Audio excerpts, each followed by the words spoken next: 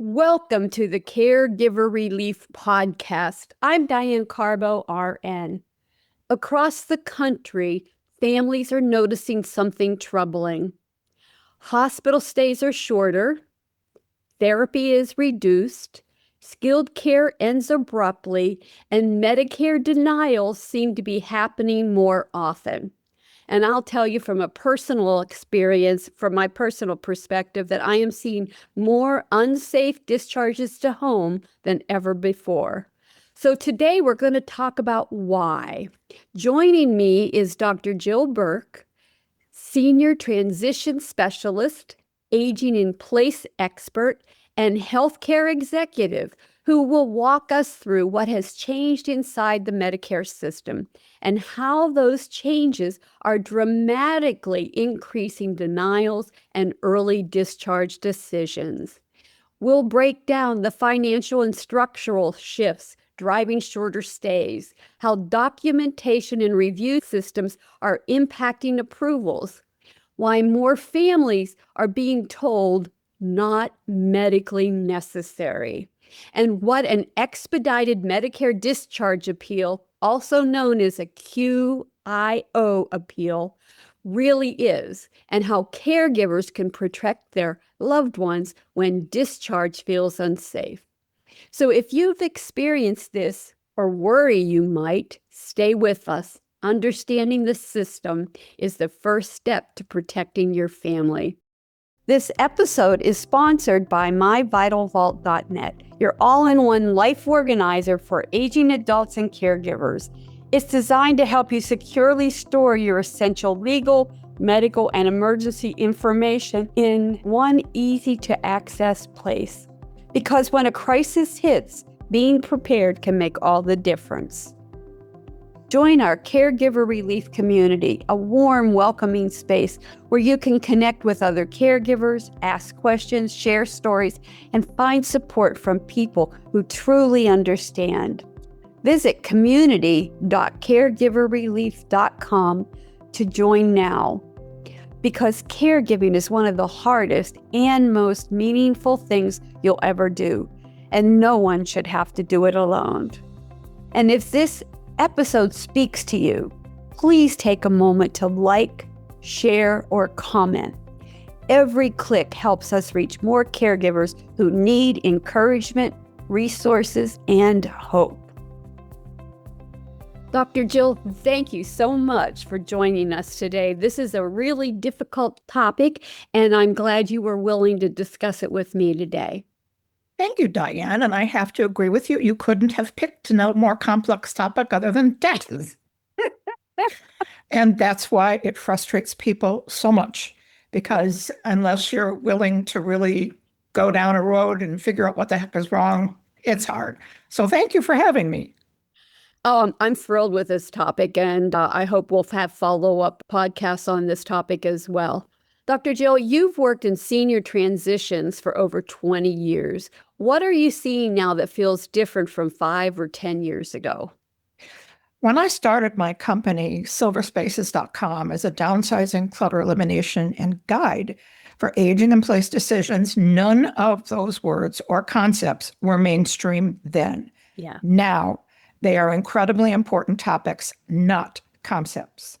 What I'm seeing is the lack of accessible and affordable housing, which is almost forcing seniors to remain in their current homes, even if it's unsafe for them. Yep. As a physician, I understand that a person's care provider has no idea what type of living environment their patient is returning to, and it could be the very environment that injured them or made them ill. This is why I promote home safety assessments. This is crucial, especially when you consider that a return to a healthcare facility within 30 days of discharge impacts patient outcomes, health system performance, and financial penalties. Dr. Jill, one of the things that surprised me is I'm seeing unsafe discharges to home. And one of the things that used to be encouraged and done were home safety evaluations or assessments, as you were saying. And that is gone by the wayside. They're not doing that now. And what I'm seeing just totally frustrates me. So I'm glad we're having this topic. Now, families tell me they're seeing more denials and earlier discharges. From your perspective, what systemic changes are driving this increase? I help people walk through this denial process. I used to work for a health system and actually was in charge of denials. So I'm very familiar with it. However, unfortunately, it's very complex. And if you're a patient or a caregiver, it's extremely complex. Claim denials are rising because insurers are using more AI automation to decline claims in bulk. AI is being used to flag quote unquote medical necessity, never use those terms, those issues, and reject claims in bulk. One report I saw noted over 300,000 claims denied in under 2 months by an automated system. And although hospitals report billions in delayed or unpaid claims, with 70% eventually paid only after multiple costly reviews.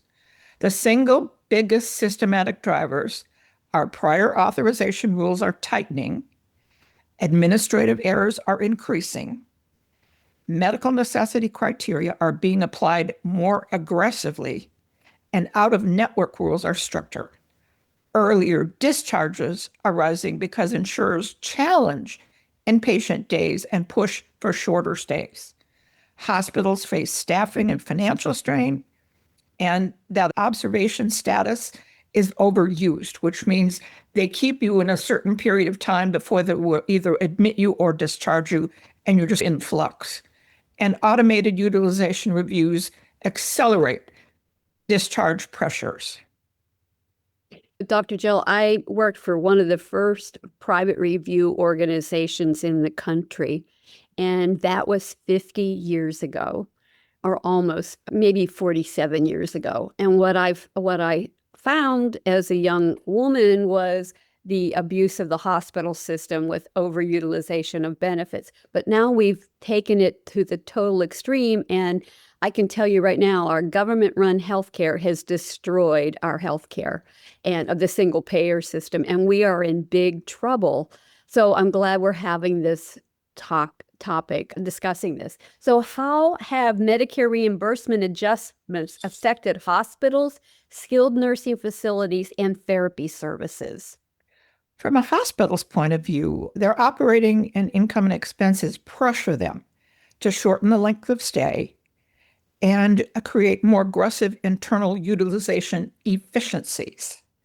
Skilled nursing facilities, or SNFs, as some people call them, often have very thin margins and strong incentives for that reason to shorten stays. They avoid complex patients because that can be a contributing factor to the denials of service or lack of service. And for therapy services, it goes by a per unit reimbursement method, and that creates pressure, as does that higher documentation burden, which doctors hate. And now comes the incentive to deliver fewer visits per episode, but still meeting the desired functional outcomes. Those are at odds with each other. They really are. In fact, I can tell you that I worked for two long-term care companies, nationwide companies, and one regional, and they are not skimping on things for administrative buildings and staff, but they are skimping at the level of care, and that's where we have a big issue. And the more Medicare cuts reimbursements, the more the facilities are trying to manage keeping those benefits, keeping the income level up to keep their unnecessary middle management, I'm going to say it, and bonuses to the organizations. I'm just very frustrated with what I'm seeing. And the hospitals, it's the same. Their hospital administrations are getting such huge salaries that are unnecessary, and it's not trickling down to the nurses or the working staff. It's definitely not. It really isn't. And it's just corporate greed at one point, which makes me frustrated. Can you tell me, are facilities under financial pressure to shorten length of stay, and how does that show up clinically? Absolutely under financial pressure. A lot of people do not understand that Medicare and commercial payers reimburse hospitals based on what are called DRGs, or diagnosis related groups, not, and I'm going to repeat this, not on the length of stay, which translates into fixed payments. That's the problem. Longer stays do not generate more revenue. Shorter stays improve the margins, but then this creates a paradox because the hospitals must shorten the length of stay without triggering readmissions and complications. Earlier discharge reduces the risk of days being denied as, quote unquote, our favorite phrase, not medically necessary. Also, risking the important Medicare penalty to a facility if a patient is readmitted within 30 days of discharge for that same condition. Yes, hospitals are under strong financial, operational, and regulatory pressure to shorten length of stay. This shows up as premature discharges, higher readmissions, rushed discharge planning, more complications occurring at home, and greater reliance on predictive models and standardized pathways, which I have come to hate. I hate them as well because I used to be one of those nurses of utilization review. I've even done retro review and worked on denials as well. And I can see the need for it 47 years ago because there was such abuse. But now we've come to the extreme. And I can tell you that the problem with that model, it doesn't see people as humans.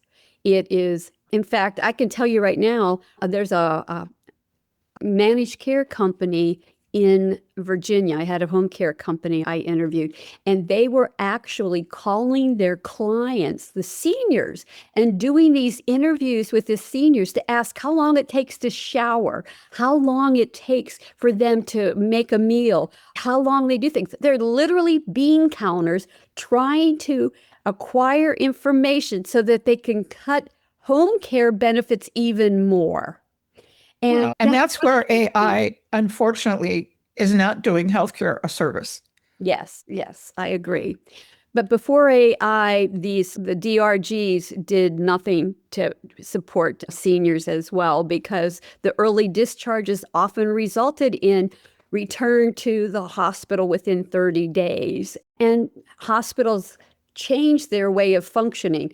You can go home early and be sent right back to the hospital, but hospitals, they get dinged for that. They don't get any more money for this second admission. It's still considered a continuation of the previous admission. So they're losing money. So they look at other ways to fund. That's why we're going to talk about observation status in the future here too. But can you tell me why we are seeing skilled therapy reduced sooner or even when patients seem to be unsafe to go home?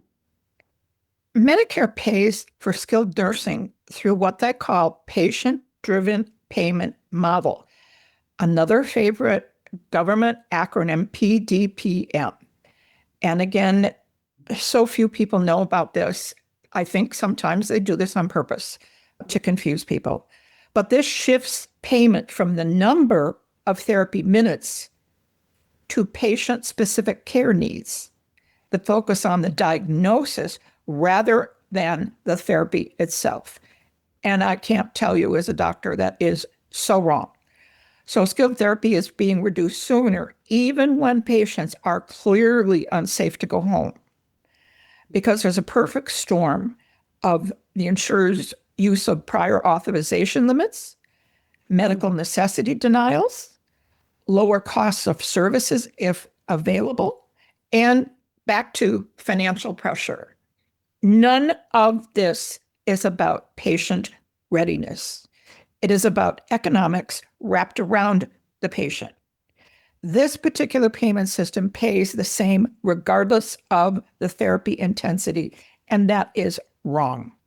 Medicare Advantage aggressively denies continued care.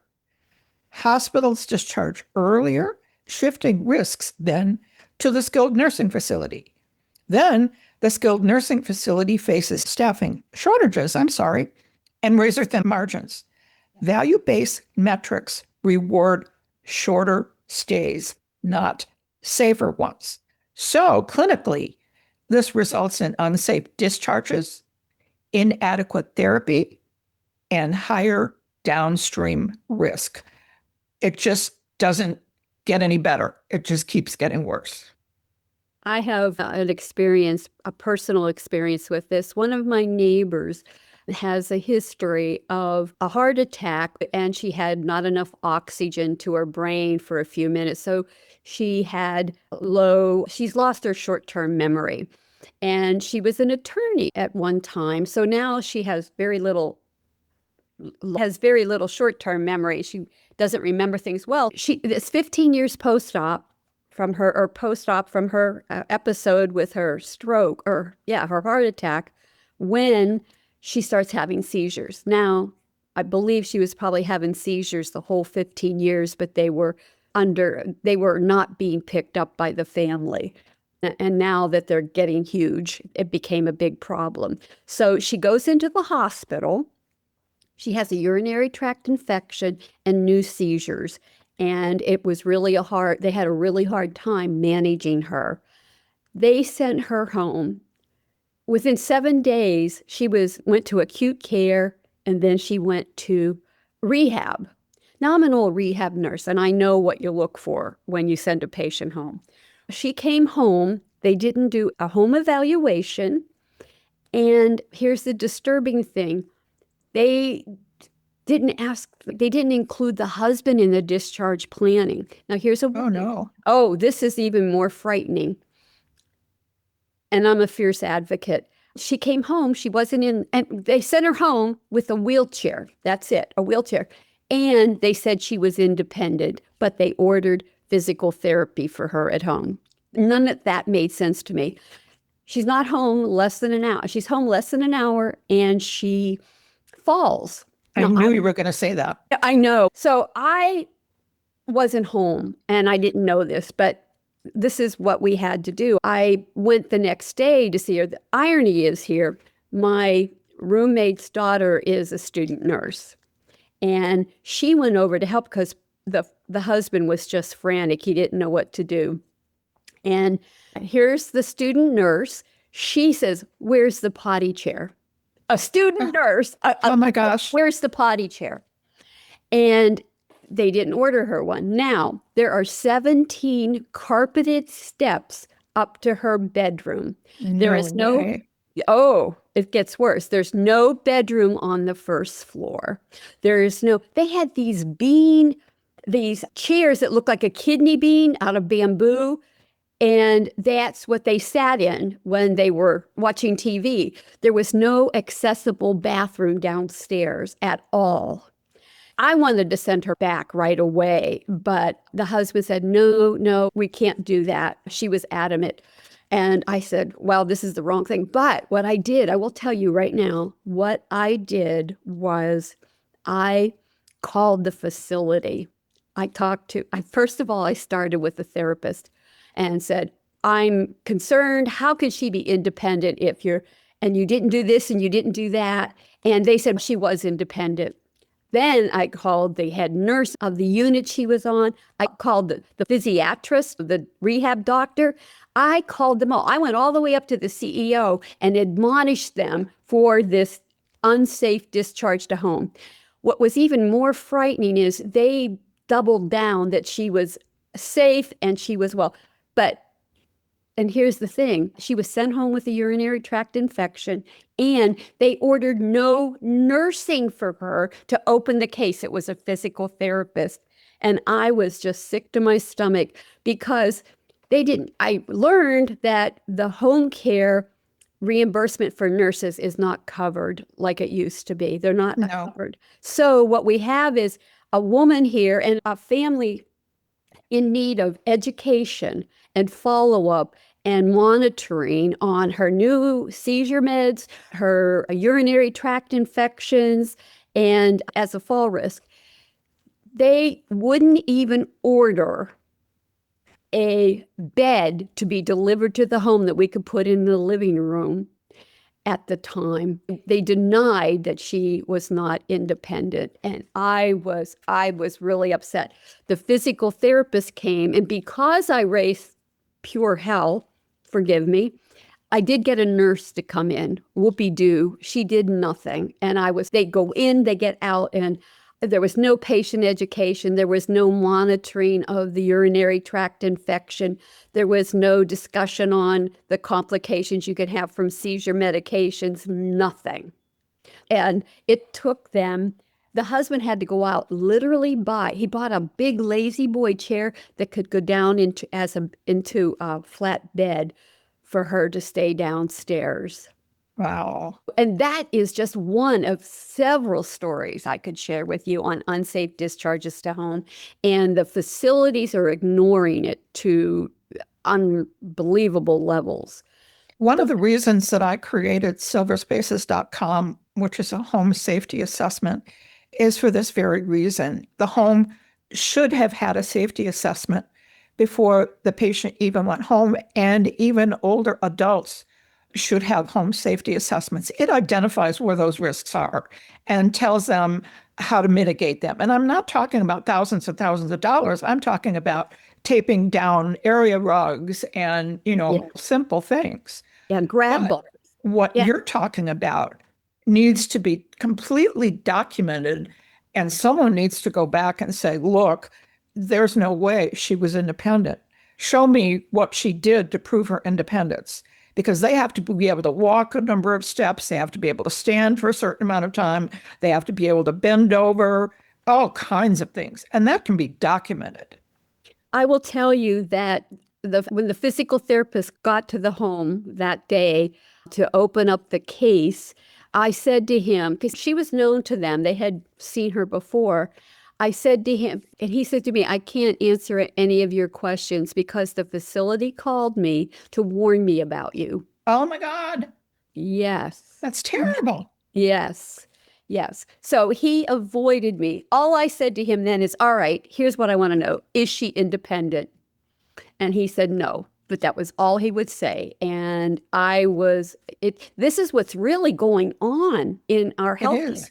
It's frightening. And we have to make our family caregivers aware of they have options and they can fight this, and how they do it. We're trying to help them because we've got to do something. I'm right. Of course, I sat and wrote letters to Kennedy and Oz and my state reps here. And of course, we're addressing these issues. And no, they're not. No, they're not. Nobody is. And they're putting more and more pressure on the family caregiver to provide support from uneducated. What healthcare professionals used to provide is now being expected of the family caregiver, and it's frightening. Yeah. One thing I tell people is to buy a spiral notebook. Yep. And start journaling. Yep. And they start journaling when the person gets sick, before the person gets sick, when they're in the hospital, when they're at home, even your own care. Yep. I do it for my own care. There's no possible way you can remember when this happened or that happened or whatever. And it gets, as you go down the road, it gets more complex and more confusing. There's no way we can remember all this information. So to have a spiral notebook and just write down the date, what happened, who you talked to, or what the result was, or they didn't eat right today, or they fell, or they didn't sleep, or I'm feeling lousy. There's no way, because the doctor will come back and ask you questions. Unless you have that spiral notebook with you, there's no way you can either answer it if you're a caregiver or if you're the patient. 100%. In fact, I take it one step further, Dr. Jill. I actually tell my caregivers, when you're in a facility or in a doctor's office, ask to record what they're saying to you so you can hear it and listen to it over and over again. Or I encourage people to develop a caregiver relief support group around you, team that will help you provide care so you're not doing it alone. And it's good to have them listen to that information as well, because everybody has a different perspective. And it's important that you get feedback from everybody so that you can make educated decisions moving forward on what you need to discuss with the doctor. And that spiral notebook should go with the person to every Yep. PT, every office visit, every hospital, everything. I had a problem with my doctor, had gone to an eye doctor. She was going to have eye surgery. I said to the doctor, he was in front of my face, she wants monovision. They gave her distance vision in both eyes. Oh, And I said to him, I said this to you face to face. yeah. His response to me was, you're not the patient. And I almost blew it, but I thought, I'm just going to be quiet. But that's documentation. And they went back to their documentation. There was nothing in there about monovision. Yes. So, keeping track of what you say and what the doctor says is really important. Absolutely. Now I want to talk about Medicare Advantage plans.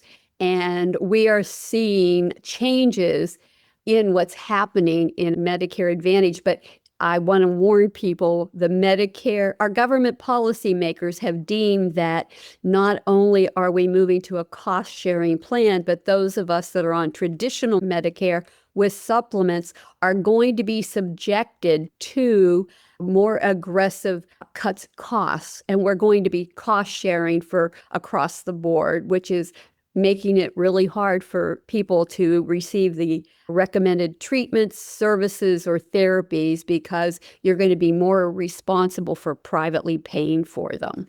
And Medicare Advantage has documented aggressive insurer-driven denials. Yeah. Documented. They are the epicenter of early therapy reduction and early discharges. Medicare Advantage plans have become the primary driver of early termination of skilled therapy, Yep. denial of continued skilled therapy, pushes to discharge to home when not safe, Yep. and overridden of clinical adjustment. Why?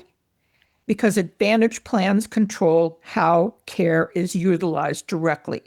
Yeah. They require prior authorization before skilled care admission, ongoing authorization for every additional day, frequent, quote, continued stay reviews, unquote, and my favorite excuse, algorithm-driven medical necessity checks. This is where AI is not a friend to us. If the plan says no more skilled days, the skilled facility has two choices: discharge the patient or keep them and absorb the cost. And most facilities cannot absorb the cost. So this is where the worst patient safety issues occur. With original Medicare, facility-driven reductions are due more to the payment system, staffing, and financial pressures. This is still problematic, but nothing like the issues with Advantage. The reimbursement for rehab, even with traditional, causing facilities with traditional Medicare as well to be discharged within the first 20 days if they can get rid of the patient, because that's when they get the highest level of reimbursement. In fact, again, we are seeing reimbursement so low that Medicare Advantage plans are costing $200 to $400 a day copays to stay in rehab or skilled facilities. Nobody can keep that up. No. It's just not sustainable. I'm going to share a story of a Medicare Advantage client. I had a client who has MS. He's in remission, does very well. He's in his mid-70s, and he was having back problems. So he fell and had to have surgery. So he's in the hospital and sent to rehab and is home on his 10th day post-surgery from spinal surgery. His wife is a short little lady, has had bilateral knees done, has her own health issues. They sent him home. He was not prepared to come home. But financially, they couldn't keep him because they couldn't afford the $200 to $400 a day copay. So they bring him home, and within an hour, he needs to use the toilet, and guess what happens?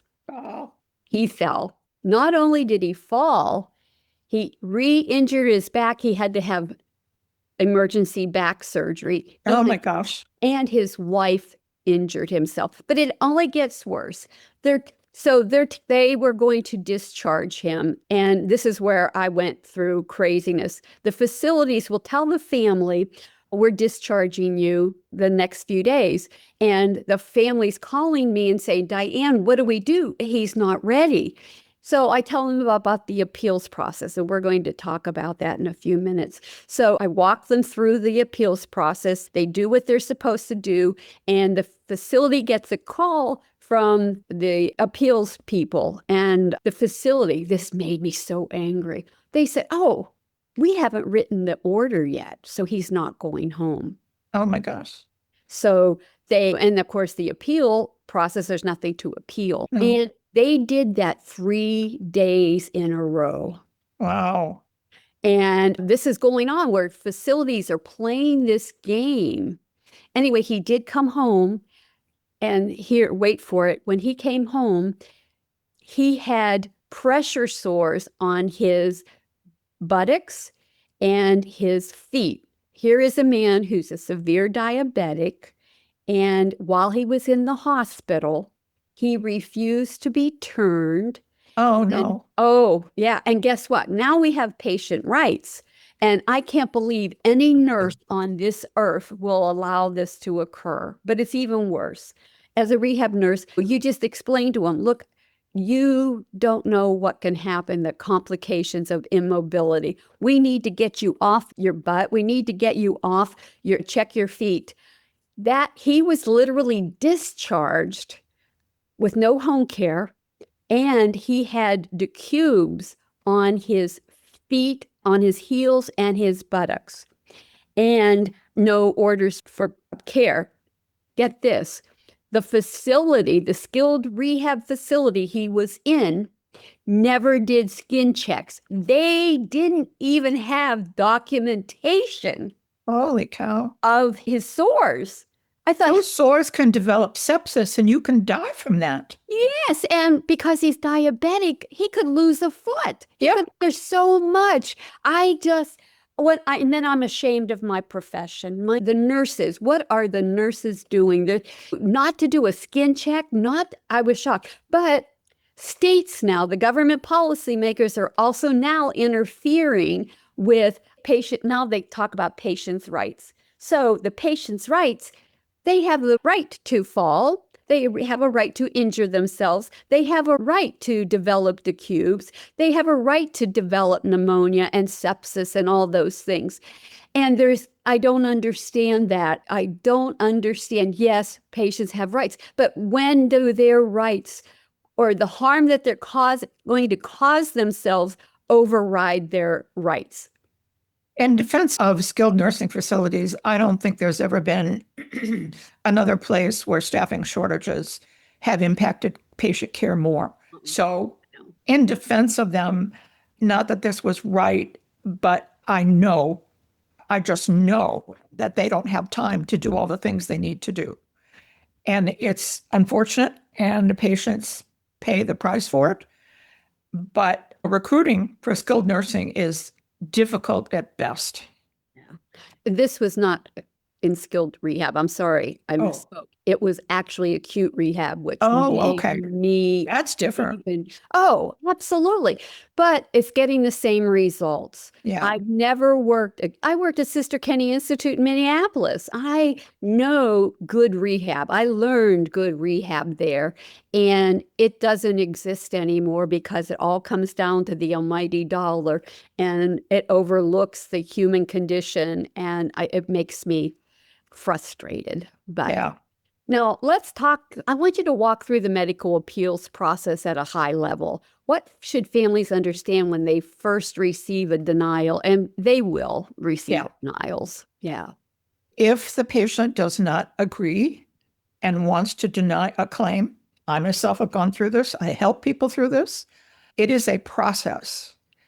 And it is what providers and patients use to not pay for a service, treatment, or even an item.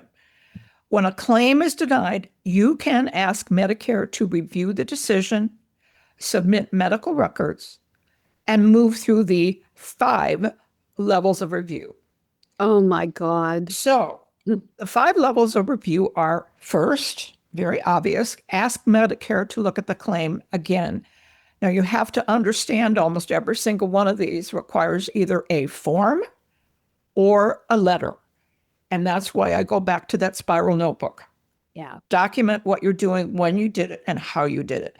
You're going to tell Medicare you think they made a mistake. You're going to ask them to review the claim a second time. And you can ask for an independent reviewer. A lot of people do not know this. And I know on an EOB, explanation of benefits, I have seen it printed somewhere. If you do not agree, you can ask for an external review, which is called a reconsideration. And it is done by someone who is not employed by the insurance company, is completely independent from them, but it requires a form that has to be sent in within 180 days of the initial denial. So that's why I'm saying this spiral notebook starts to become really important. If you still disagree, you can send more information or medical records or go to the next level, which is to ask a judge to review it. Again, this is a form that has to be filled out.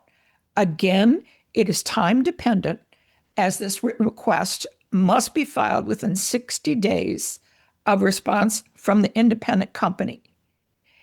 If the independent company still denies it, you can ask a judge who works with Medicare to look at that case, and you can explain your side either by phone or they actually do video calls. Finally, you can ask Medicare's Appeals Council to review that judge's decision if you do not agree with it. Again, there's a specific form that needs to be filed within 60 days of the response from the judge. Again, this spiral notebook helps you keep track of what you did and when you did it. The last option is to take the case to federal court. You can file a case in federal court for a final decision.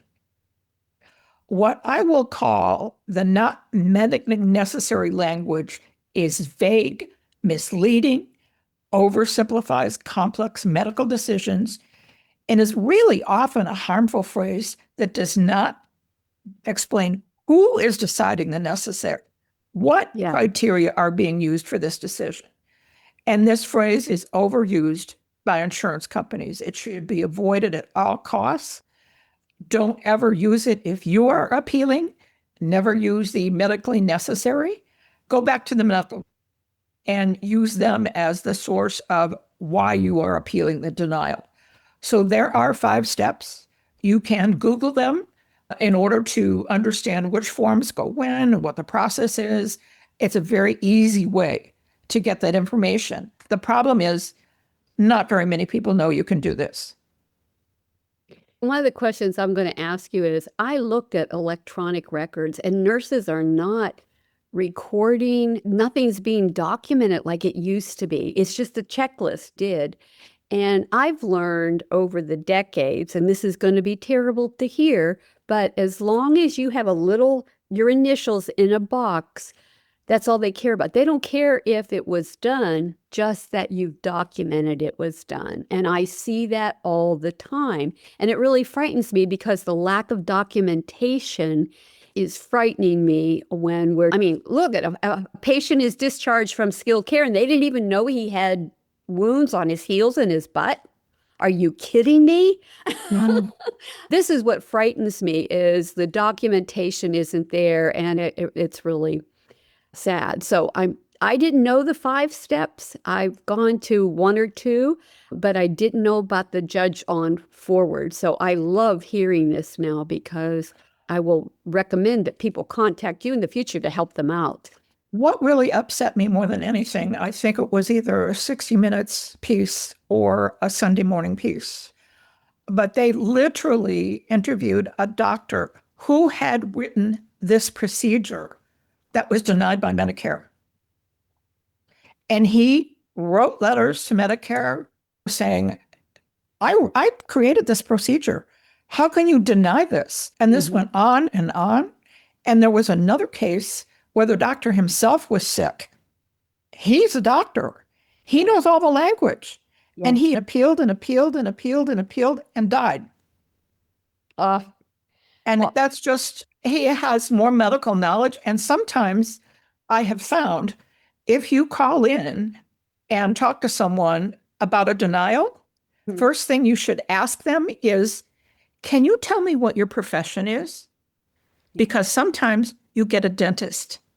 yes. Sometimes you get a physical therapist. Yes. When you're calling about something very severe, maybe a stroke or something. So who you're talking to is as important as what you're talking about. Exactly. And one of the issues I have an issue with is government policymakers don't have any clue on the harm they are causing with their policies. And it's very frustrating. It is. It is, and it's really more frightening now than ever before. And I'm really worried about the population because we're going to double our population of seniors in the next 4 to 5 years. And we are not ready for the influx. Now, I want to talk when a hospital discharge feels too soon. What is the expedited QIO, which is the acronym for Quality Improvement Organization Appeal, and why is its timing critical? This QIO is what I spoke about before. Yes. When the denial comes into a place and you call and you say, I'm filing a written appeal, I don't agree with the denial. That's when that private organization steps in. They are there, they're hired by Medicare to handle appeals. The appeal is the Medicare mechanism that stops an unsafe discharge and forces an independent medical review. It is fast, it is powerful, and it is underused, especially by older adults who do not know that they have this right. When a QIO, again, acronyms, why did they throw these out here? Let's confuse this more. Yes. A discharge is triggered by a document a patient is given called an important message from Medicare. People don't realize how important this tells the patient when Medicare will stop paying for the service the person is receiving. Yeah. The patient must call the number on the form by noon the day before the coverage ends. Back to the spiral notebook again, keeping track of this. Yeah. This means if this happens, the hospital can't discharge the patient. Medicare continues to cover the stay during the review, and the independent organization must issue a decision within 24 to 48 hours. The hospital must provide the medical record to the independent reviewer, and the patient does not pay for the extra days during the review. After that decision, if the independent organization agrees with the patient, the hospital must continue inpatient care and Medicare continues to pay. If the QIO agrees with the hospital, the patient may stay, but Medicare coverage ends at noon the next day. This is a fast, same-day Medicare appeal process. People don't know about it, and it can be used when they believe the hospital is discharging them too soon. It is one of the strongest patient protection in Medicare, and it temporarily stops the discharge while the QIO reviews the case. Again, the facilities are using fear-mongering to override you going with an appeal. They're telling, because I personally have experienced this with several of my clients. They're told by the facility you're going home, and of course it's unsafe. The family feels strongly. And again, they play the game. The facilities, it's a game to them. It's all about money. They'll tell the family, if this goes against you, and I know it won't because I know what's going on with the patient, you are financially responsible. And any day after this day, you will have to privately pay. That puts such fear in people financially that they stop doing it. And again, the facilities, they will say, we're discharging you. And like I said, one client, 3 days in a row, they did the appeals process. And 3 days they were told, the appeals people were told, oh, we didn't write the discharge. And then they start playing this fear mongering, financial fear mongering, by telling the family, are you able to afford to pay for this care, when they tell you they're not going to cover it. And Right. the families are so frightened about everything at this point in time, they just go ahead and take the patient home, even though it's unsafe, because they fear that they will be hit financially and they don't want to go down that road. And this is what troubles me more than anything. This is where patient care stops. We're not talking about patient care. We're talking about finances. We're not doing what's best for the patient. We're doing what's best for the hospital. And that is so wrong. Yes. What I'm concerned about is a physical therapist documents a patient's independent when she clearly isn't, and the rehab doctor says, my therapist told me this. So where is the lies, and where is to me, is I'm mistrusting of all, and I never, ever felt this way before. I'm mistrusting even of the therapist, because they're having the crap beat out of them to save money and do what they can. And I don't know if they're false documenting. I don't know, but I'm worried that they are. Yeah, I can understand what you're saying. Yeah. So what documentation or language strengthens a discharge appeal the most? What a lot of people do not know is that they can request medical records.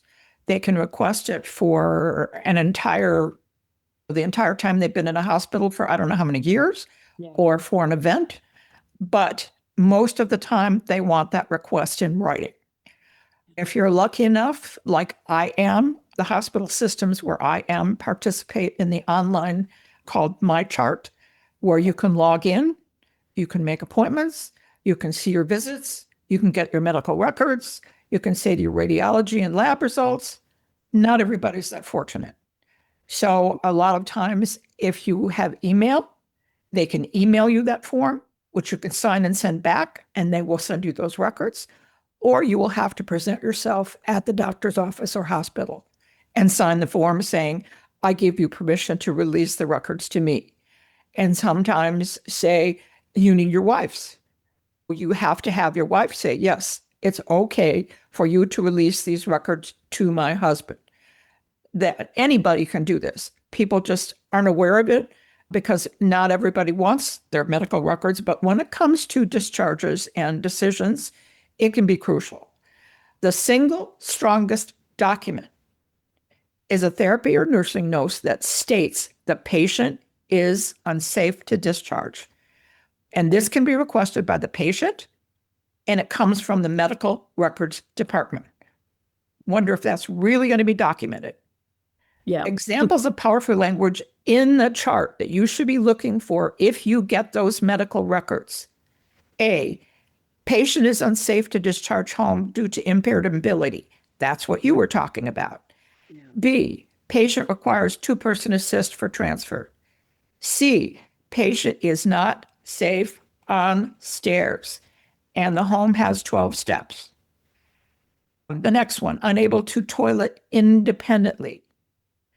Patient demonstrates poor balance. Patient requires ongoing therapy. Some of this seems logical, but when you're talking about people who are ill, this is not where people's brains are. People are not thinking ahead about what I want to say and what I want to look for in medical records. This is just not intuitive. And if the therapy or nursing notes write this, then the QIO will immediately pause discharge. So those are the most important words to look for.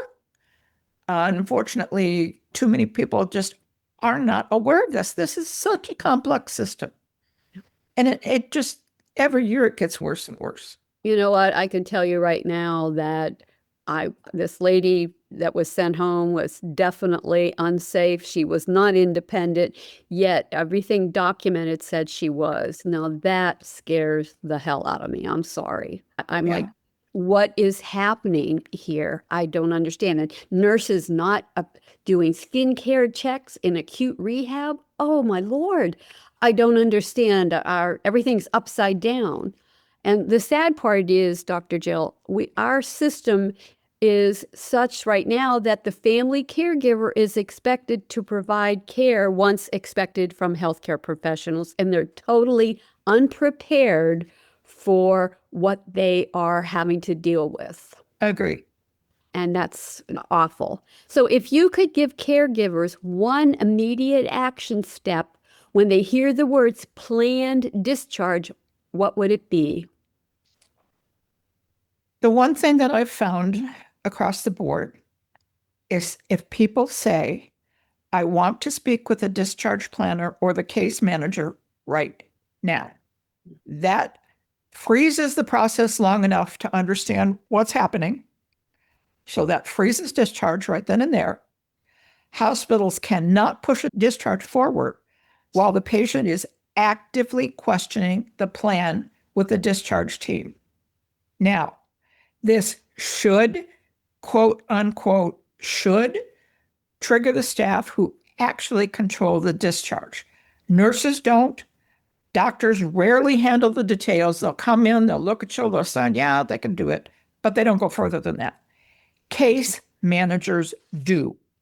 They should know when the discharge is safe, what services have been arranged, whether Medicare rules are being followed, and if a QIO appeal is appropriate. Once that case manager is present, the patient can say, I don't feel safe going home. I need to understand the plan. I want to know my appeal rights. Again, this is buried somewhere, who knows where. I've never seen this before. I've never had a case manager come into my hospital room or my relatives or anybody else's hospital room, but then again, I never asked for them. Yeah. If you ask for them, that's different. Medicare is one of the most complex and confusing payment systems that exist. And I often wonder if it was created this way on purpose. Oh, I believe it was. In fact, I want to ask my listeners out there. I know personally because I've worked with many discharge planners and care managers in the hospital. And there are hospitals out there that are actually given bonuses to care managers. Oh my gosh. Oh, yes, this is going on. It's real. Giving bonuses to care managers in some of our top facilities in the country if they discharge early with it. They have the DRGs give you, let's say they have 20 days, not likely. If they discharge in 10, they get a nice hefty bonus for discharging early. Boy, that's a liability standing right there. That's a lawsuit. Absolutely. And I don't know. I know that was happening 15, 20 years ago. And I assume that in some facilities, it's still occurring today.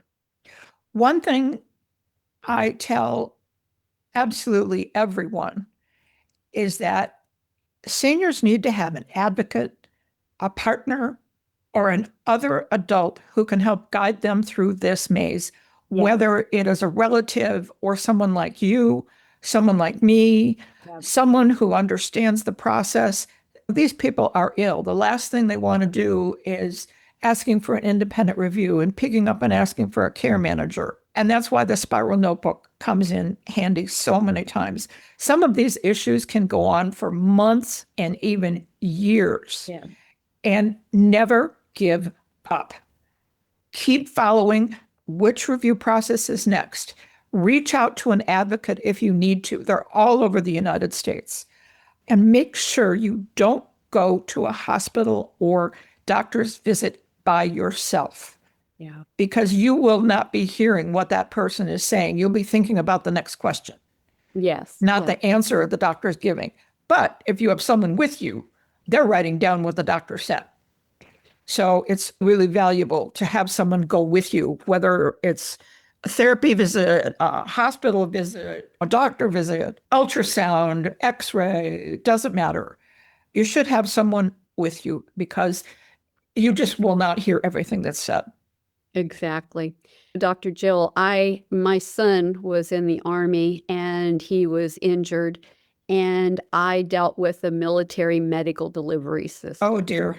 And I can tell you, substandard and abusive care is the quality of care you get in our military medical delivery system. And sadly, our present healthcare system, from Medicare on down to Obamacare, now mirrors the military medical delivery system. And the vets say, delay, deny, and wait to die.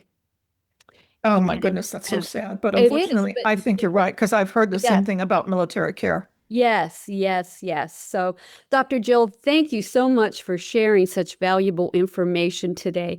Can you tell me how people can find you? Sure. My email is info, I-N-F-O, at silverspaces.com. My website is silverspaces.com. So you can reach me either one of those ways. You're welcome to Google, whatever you need to do to reach me. I will answer any question. I'm more than happy to help people out. I do it all the time. It is where my heart is right now. Denials is really hitting a hot button for me. I've had to go through it myself. I've had to go through it with two of my family members. And it's a painful process, but so necessary right now. And that's why I'm saying you need an advocate. You need a family member, someone, a friend, anyone who's willing to walk this road with you. I agree. And I thank you for agreeing to work and bring this to light to people, because not many people want to talk about this topic, but I feel that it's really important. We have to tell our healthcare consumers what's happening out there. And we need to change it in some way or fashion, because we're in a silver tsunami and we're being more challenged than we ever, and we're unprepared. Very. I think that's coming. Thank you again for your time and your knowledge and expertise. To my family caregivers out there, you are the most important part of the caregiving equation. Without you, it all falls apart. So please learn to be gentle with yourself. Practice self-care every day, because you are worth it.